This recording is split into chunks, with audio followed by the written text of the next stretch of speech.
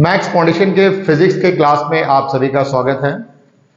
मैं इरफान आलम आपको पढ़ा रहा हूं क्लास 11 के फिजिक्स का चैप्टर नंबर 1 का फर्स्ट टॉपिक, जिसका नाम है physical quantities and their units. ये टॉपिक 4 क्लास पर बेस्ड था। मैंने ये टॉपिक कंप्लीट कर दिया है। आज हम लोग इस टॉपिक के मल्टीपल चॉइस क्वेश्चन को डिस्कस करेंगे। अगर आप इन मल्टीपल चॉइस क्वेश्चंस को सॉल्व करते हैं तो ऑब्वियस है कि आपका बेसिक कॉन्सेप्ट राइज कर जाएगा। कॉन्सेप्ट को आप कैसे अप्लाई करते हैं प्रॉब्लम सॉल्विंग में, ये आप सीख पाएंगे। तो बेकार की बातों को करते हुए हम लोग चलिए छोड़ते हुए आगे बढ़ते हैं, डायरेक्ट क्वेश्चन पर हम लोग आते हैं। तो अगर आप ध्यान देंगे तो सबसे पहला क्वेश्चन आज का जो है वो हमारा सबसे first question, which of the following are physical quantities.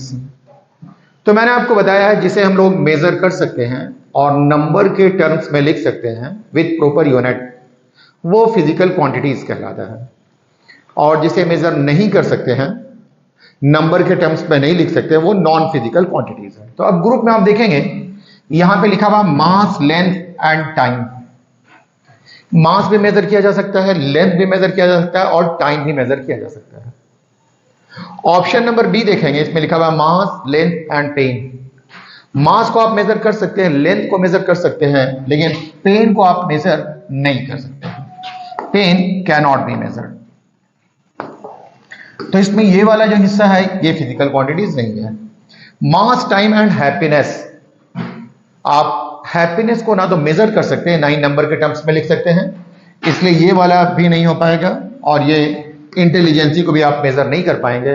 तो आप देखेंगे इन तीनों में,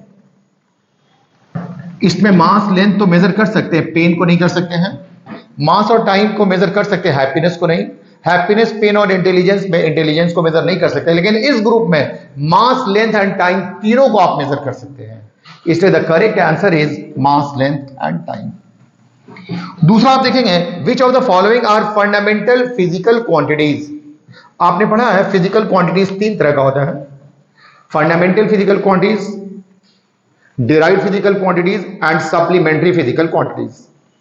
फंडामेंटल फिजिकल क्वांटिटीज में 7 है, mass, length, time, electric current, temperature, luminous intensity and amount of substance.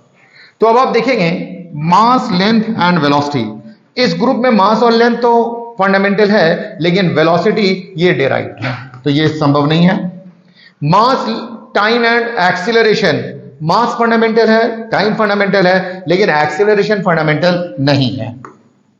Velocity, acceleration and force, इसमें कोई भी आपको फंडामेंटल नहीं है, सिर्फ मास, लेंथ एंड टाइम ये फंडामेंटल है। So the correct answer will be D, mass, length and time. ये आपको करेक्ट आंसर हो जाएगा। आइए नेक्स्ट आते हैं, क्वेश्चन नंबर 3 की ओर चलते हैं हम लोग।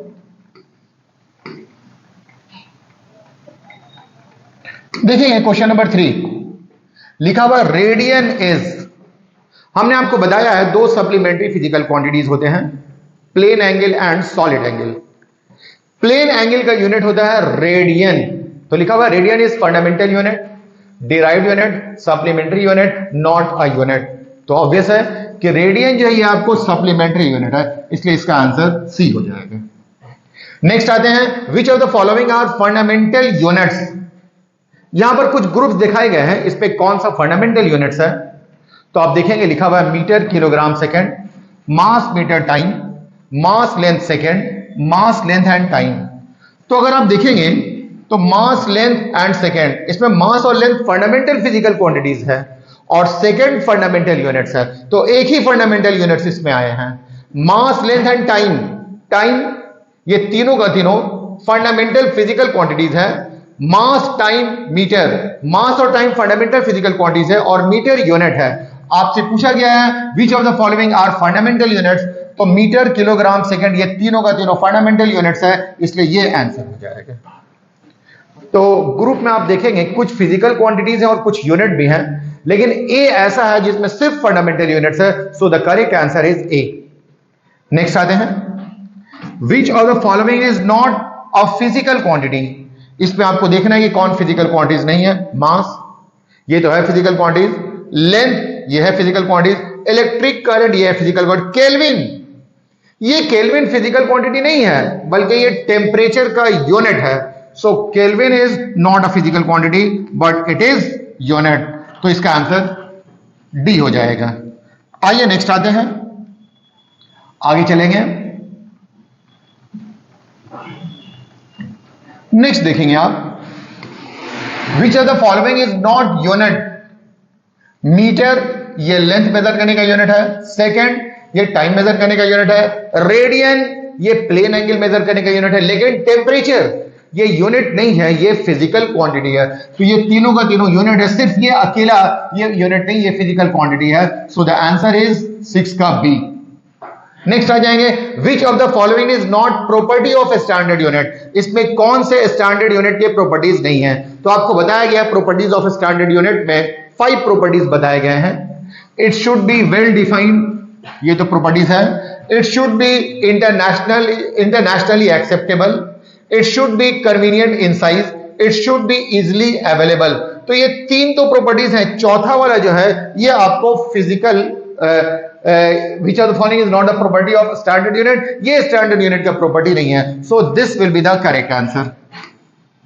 नेक्स्ट आ जाएंगे, the average distance from centre of earth to centre of sun is called. आपको बताया था सेंटर ऑफ सन से सेंटर ऑफ अर्थ के बीच का जो एवरेज डिस्टेंस है इसे कहा जाता है 1 astronomical unit. The average distance from centre of, उल्टा हो गया इसको लिखना था, from centre of sun to centre of earth, centre of earth is called, ये कहलाएगा 1 एस्ट्रोनॉमिकल यूनिट। सन के सेंटर से अर्थ के सेंटर के बीच की दूरी को कहा जाता है 1 एस्ट्रोनॉमिकल यूनिट। टोटल 25 क्वेश्चंस हैं। अभी तक हम लोगों ने 8 क्वेश्चंस कंप्लीट कर लिया है। आइए नेक्स्ट क्वेश्चन की तरफ चलते हैं। आगे क्वेश्चन क्या है देखिए, अगला क्वेश्चन है 1 AU is equal to, AU के मतलब होता है एस्ट्रोनॉमिकल यूनिट। तो मैंने बताया है 1 एस्ट्रोनॉमिकल यूनिट का वैल्यू, 1 एस्ट्रोनॉमिकल यूनिट का वैल्यू होता है 1.49 into 10 to the power 11 metre. तो आप देखेंगे यहां पहले वाले में है 1.49 इंटू 9 मीटर, 10 मीटर, 11 मीटर और 12 मीटर है। तो this is the correct answer. 1 astronomical unit का value 1.49 into 10 to the power 11 metre होता है। 1 लाइट ईयर इज, आपको बताया था 1 लाइट ईयर यह है distance travelled by the light in air in 1 year. Light एक साल में एयर या फ्री स्पेस में जितनी दूरी तय करता है उसी को कहा जाता है 1 लाइट ईयर। तो पूछा गया है 1 light year is light emitted by the sun in 1 year, ये नहीं होगा। Time taken by light to travel from sun to earth, ये भी नहीं होगा। The distance travelled by the light in free space in 1 year, और time taken by the light to go once round the sun. तो आप देखेंगे इसका answer ये हो जाएगा the distance travelled by light in free space in 1 year, इसको कहते हैं 1 लाइट ईयर। नेक्स्ट है 1 light year is equal to, 1 light year का वैल्यू आपसे पूछा गया है। आपको बताया गया था कि 1 लाइट ईयर का वैल्यू होता है 9.46 into 10 to the power 15 metre. देखिए कौन सा है 9.46 इंटू 10 पावर 14 मीटर, ये नहीं होगा। 9.46 इंटू 10 पावर 15 मीटर ये होगा, ये भी नहीं होगा और ये भी नहीं होगा। So the correct answer is B, 1 light year का यही वैल्यू होगा। तो ये सारे के सारे बेसिक कॉन्सेप्ट पर बेस्ड क्वेश्चंस हैं। अगर आपने हमारा चारों क्लास ठीक से कंप्लीट किया है तो ऑब्वियस है कि ये सारे के सारे क्वेश्चन आपसे सॉल्व हो जाएंगे। आइए कुछ और चलते हैं आगे। नेक्स्ट आते हैं, अगला हेडिंग दिया हुआ है, अगला क्वेश्चन है 1 पार्सेक इज, 1 पार्सेक का वैल्यू क्या होगा ये आपको बताना है। तो मैंने बताया था कि 1 parsec is the distance at which an arc of 1 astronomical unit makes an angle of 1 second. देखिए उस डेफिनेशन पर कौन खड़ा उतर रहा है, the distance from centre of earth to centre of sun, ये नहीं है। The distance travelled by the light in free space in 1 second, ये भी नहीं है। The distance at which an arc of 1 astronomical unit makes an angle of 1 second. So this is the correct answer. तो 12 का हो जाएगा सी। उसके बाद पूछा गया 1 किलोग्राम मीटर पर second square is the unit of, ये किलोग्राम मीटर पर सेकेंड स्क्वायर बताया गया था आपको, ये फोर्स का यूनिट होता है। तो देख लें, इसमें लिखा हुआ है linear momentum, force, power and work. 1 kilogram metre per second square is the unit of force. उसके बाद देखेंगे 1 पार्सेक, पार्सेक का मतलब पैरालैटिक सेकंड। 1 पैरालैटिक सेकंड का वैल्यू आपको बताया गया था 3.084 into 10 to the power 16 metre. तो अब आप देखिए यहां पर लिखा हुआ है 3.84 इंटू 10 टू पावर 15 मीटर, ये संभव नहीं है। 3.084 इंटू 10 टू पावर 15 मीटर, ये भी नहीं है। 3.84 इंटू 10 टू पावर 16 मीटर, ये भी नहीं है। 3.084 into 10 to power 16 metre. So this is the correct answer. 1 parsec का वैल्यू होता है 3.084 into 10 to the power 16 metre. आइए नेक्स्ट देखते हैं, अगले क्वेश्चन की ओर चलते हैं। इस बार बोर्ड के सामने आपको फिर से 3 क्वेश्चंस हैं। Question number 15, question number 16, question number 17 और क्वेश्चन नंबर 18। मतलब आपको टोटल 4 क्वेश्चंस इस बार प्रेजेंट किए गए हैं। लिखा हुआ है how many astronomical unit are in 1 light year. 1 light year में एस्ट्रोनॉमिकल यूनिट का वैल्यू आपको बताना है। मैंने आपको एक टॉपिक पढ़ाया था जिसमें conversion of 1 unit into another. 1 light year में कितने एस्ट्रोनॉमिकल यूनिट है, यह निकालने का तरीका मैंने बताया था। इस तरीके के अनुसार 1 एस्ट्रोनॉमिकल यूनिट को how many astronomical unit are in 1 light year. 1 light year को 1 एस्ट्रोनॉमिकल यूनिट से डिवाइड करना है। 1 लाइट ईयर का वैल्यू होता है 9.46 into 10 to the power 15 metre, जबकि 1 एस्ट्रोनॉमिकल यूनिट का वैल्यू होता है 1.49 इंटू 10 पावर 11 मीटर। जब आप इसे सिंप्लीफाई करेंगे तो इसका वैल्यू आता है 6.3 into 10 to the power 4। 6.3 into 10 power 4, ये सी ऑप्शन है। So this is the correct answer. इसी तरह से आपसे पूछा गया how many astronomical unit are in 1 parsec. 1 parsec में कितने एस्ट्रोनॉमिकल यूनिट होते हैं, यह आपको पता करना है। तो ये 1 पार्सेक आप लिखेंगे divided by 1 astronomical unit. 1 parsec का value 3.084 into 10 to the power 16 divided by 1.49 into 10 to the power 11। तो यहां से आप देखेंगे 16 कट जाएगा, यहां 5 आ जाएगा और बाकी इसको आप सॉल्व कर लेंगे तो आपको मिलेगा 2.0 into 10 to the power 5. So this will be the correct answer. इस तरह से आप सॉल्व करके निकाल सकते हैं। उसके बाद है how many light year are in 1 parsec. 1 parsec में कितने लाइट ईयर होते हैं, तो इस बार आप डिवाइड करेंगे 1 पार्सेक को 1 लाइट ईयर से। 1 पार्सेक का value 0.84 into 10 to the power 16 metre और 1 लाइट ईयर का वैल्यू है 9.46 into 10 to the power 15 metre. जब आप इसे सिंप्लीफाई करेंगे तो आपको मिलेगा 1 पार्सेक का value 1 parsec this is equal to 3.26 light year, ये मिलेगा। ये मैंने आपको लेक्चर्स नंबर 4 में सॉल्व करके दिखाया है। तो इसका आंसर हो जाएगा 3.26 light year. Which of the following is the largest unit of distance.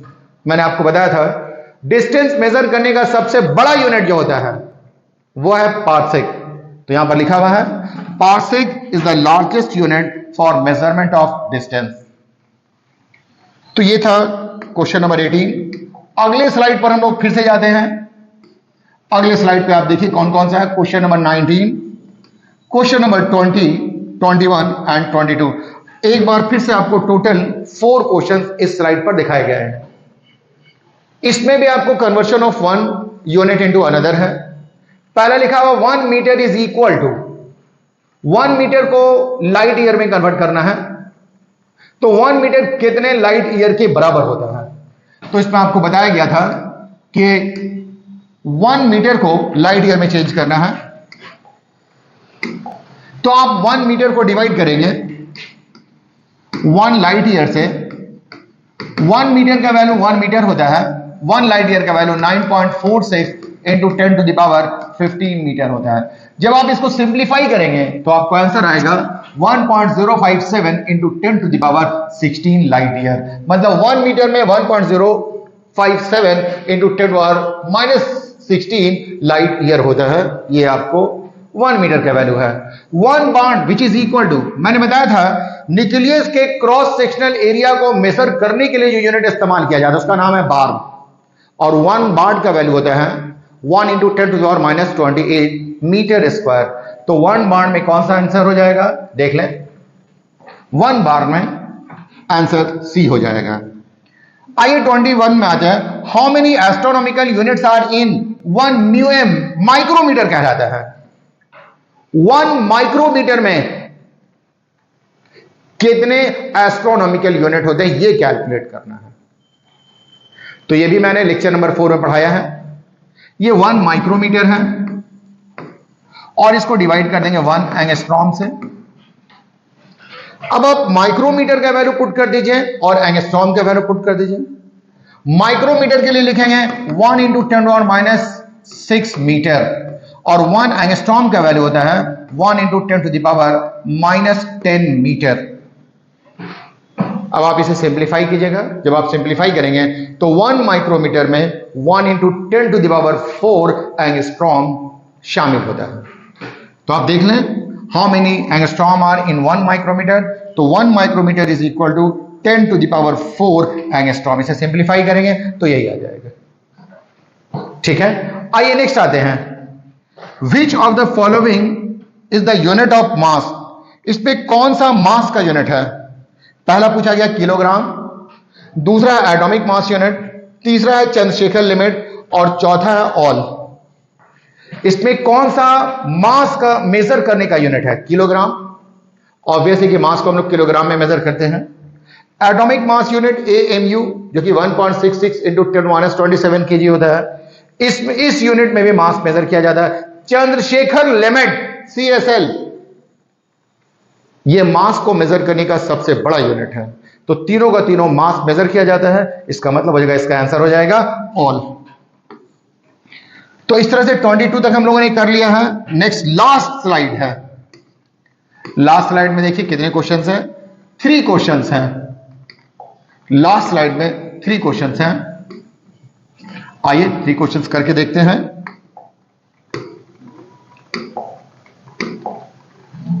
23 largest unit of mass is. मैंने आपको बता दिया है कि मास का सबसे बड़ा यूनिट CSL होता है, यानी चंद्रशेखर लिमिट होता है।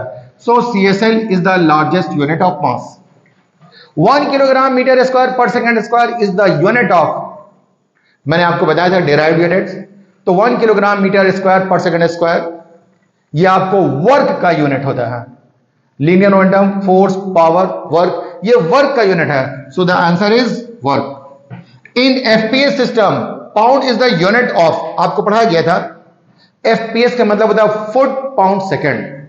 In FPS system, length is measured in foot, mass is measured in pound, and time is measured in second. तो pound हम लोग जो मेजर करते हैं वो किसको मेजर करते हैं, मास को।